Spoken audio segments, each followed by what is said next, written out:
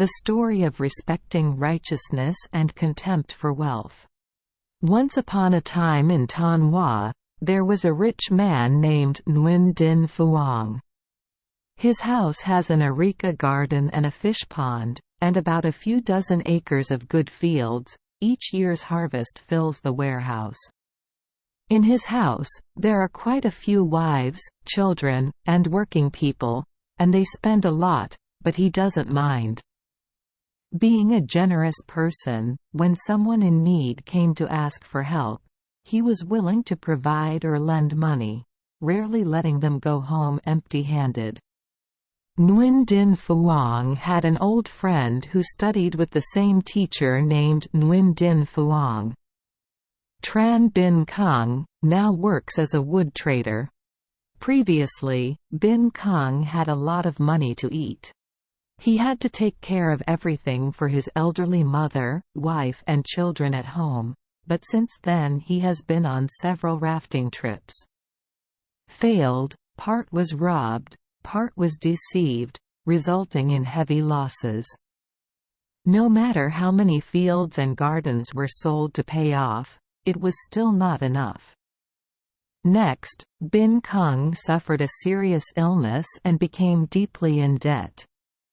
Unable to pay the due date, the creditor sent slaves to aggressively demand it. Luckily, Nguyen Din Phuong ran the money to pay for it. Otherwise, Bin Kung's family would no longer have a home to rely on. After that, whenever he was in need, Bin Kung even sent his wife and children to ask for help at 5 mandarins, and when 3 mandarins paid for medicine, Din Phuong was still happy to provide. Seeing that you were so kind to him, Bin Kung and his wife were extremely grateful. Unexpectedly, Bin Kung's illness became more serious every day. Before he could walk, then he was bedridden. Knowing that he was about to die, one day he invited a friend to come. When he saw Din Phuong's face, he said, "I owe you a large amount of money for quite a long time and have not mentioned paying it back. It's really disappointing your kind heart." Din Phuong immediately brushed it off. "Don't say anything. Position. Money is bricks, stones are gold. Love is what is precious, but money has no meaning. Don't mention it." No, Bin Kung continued. "The reason I invited you here is because of the debt that never goes away. Now I calculate like this. This house of mine is like a debt. There is a deed written here, but in front of me right now, a young child, a foolish wife, a weak sister, an old mother. The situation is so worrying. One day I will die. If there is something wrong with my family, I dare ask you to find a way to save it. Later when my children grow up, my family can raise their heads, they will never forget your gratitude." Din Phuong immediately said, "Why do you say that? Your mother is like my mother, your child is also like my child. As for my house, it's the same as yours. No matter what, I will try my best. You just take the medicine to heal yourself. As for the debt, put it aside, don't worry about it at all." Bin Kung did not listen, just pressed the contract into Din Phuong's hand, called his children to bow to Din Phuong's life and said, "Now I will close my eyes when I die. Thank you forever. I would like to tie the grass to eat in the next life." When Bin Kung reached there, he closed his eyes and said goodbye to this world. Right after Bin Kung passed away, Nguyen Din Phuong appears to be a man who keeps his promises. He spent money to be a ghost for you. He enthusiastically helped your family, when he was carrying money, when he was carrying baskets of rice, he never got tired. The entire Bin Kung family considered him a pillar. Neighboring villages all praised his work without hesitation. But gradually people realized that Nguyen Din Phuong's generosity was not limitless. Help gradually decreases over time. As time went on, borrowing from Bin Kung's family became more and more difficult for him. Many times, Bin Kung's children had to wait all day, but in the end they still had to carry their bags and return home empty, because Din Phuong had a home. But the family still replied, "Away." Din Phuong's attitude changed from enthusiastic to cold, making Bin Kung and his mother disappointed, seeing it as a deception.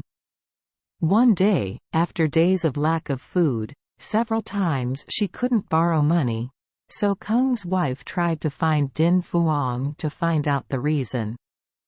When meeting Din Phuong, the woman pleaded, "We are hungry and full thanks to you.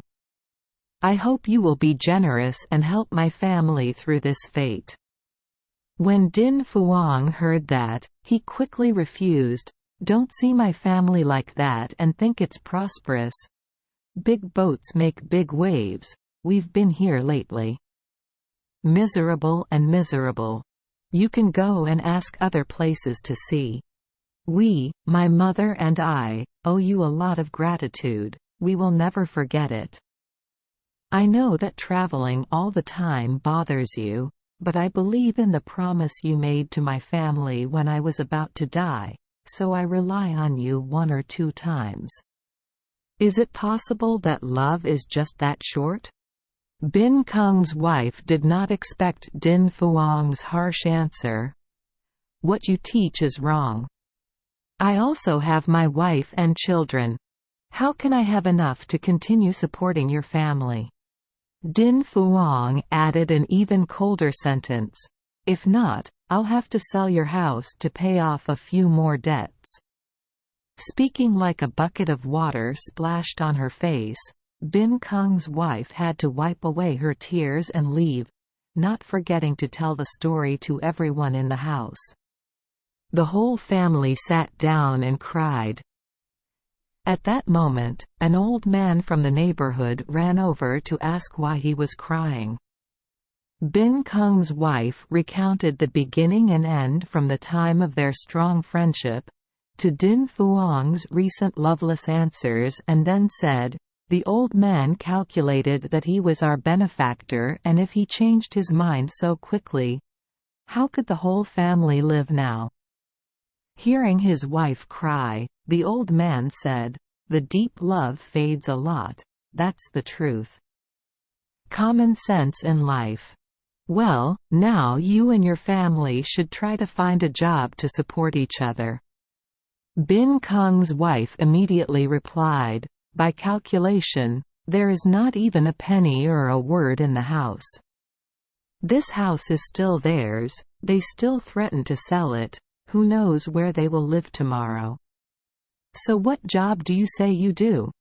Do the eldest aunt and grandchildren know how to weave oak?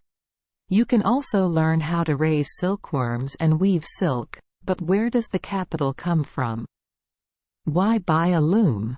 How can I earn a living for the whole family until I have oaks to sell?" "I'm not rich," the old man said. "But seeing the situation of my aunt's family is also pitiful. Now I discuss this. Always having to ask people for help is inconvenient. You need to firmly grasp a profession and know how to steer the boat to overcome the storms. My family has been weaving for 3 generations. If you are determined, I would like to pass this profession on to you. As for the starting capital, I will try to help, and later on, the rich lady will pay it back," the old man said, and started working immediately. Bin Kung's wife did not expect that an old oak weaver in the neighborhood would show generosity that far exceeded Nguyen Din Phuong's. He spent the money at once to buy a loom and all other items so that the 2 women could learn to weave. The old man also spent a lot of time showing them all the secrets of the profession. Soon they had oaks to sell at the market. As time went on, their profession became more and more refined. Not long after, the family was able to save money to redeem the house. They completely ignored Din Phuong, treating him as a stranger. On the contrary, they considerately considered the old man as a benefactor. Fast forward 7 or 8 years, and the daughter of Bin Kung had a date. The day of preparation. At the wedding ceremony, the house was bustling with killing pigs, setting up feasts, and organizing a grand feast, which, according to Bin Kung's wife, was to make up for the arduous and hard days of the past. But in the midst of the happy wedding party, guests crowded out. Entering, suddenly the wife of Bin Kung saw a familiar figure looming in front of the door. She immediately went out to check, and it turned out that it was Nguyen Din Phuong, her husband's old friend, whom she deliberately did not invite. But he also attended with his clothes on. She thought to herself, "I don't understand why this unjust friend still comes here. Doesn't that still satisfy him?" However, out of politeness and the wedding hall being crowded, Bin Kung's wife also came out to greet him at the main door and said bitterly, "Are you also coming here today? Please come inside. Alas! I thought you must have forgotten us a long time ago. Surely you also think that our family has been doomed to death since forever, and why would you be so kind as to visit our house today? Is that true, sir?" Din Phuong still smiled slowly without answering. Seeing this, Bin Kung's wife was about to find more painful words to say to him. But at that moment, the old benefactor came out and whispered in her ear, "Eldest aunt, don't be impatient, let me tell you. Listen. All the capital that I helped my aunt, including my efforts in drawing, are all Mr. Phuong's money. I'm just the one who gave it to her and did it for her without telling her." When Bin Kung's wife heard that, she no longer had any expression left. She turned around and stared at Din Phuong's face, her mouth mumbling, "Oh my God. Oh, is that true? But I haven't thought of it for a long time." Then she called her children together and said, "Children, quickly come here and thank our benefactor. For all these years he has not complained, and even borrowed other people's hands. Help us overcome the miserable situation to get to where we are today." Song Din Phuong waved his hand away and said, "Oh, please don't be like that. I still remember the promise I made to my brother before. Close your eyes, there is nothing more precious in this world than the word, meaning, but I don't have any talent." Thank you for joining us for today's fairy tale. We hope these stories bring joy and meaning to your day. If you love our channel, please hit the subscribe button so you won't miss any exciting tales. Wishing you a good night and sweet dreams. See you in the next story.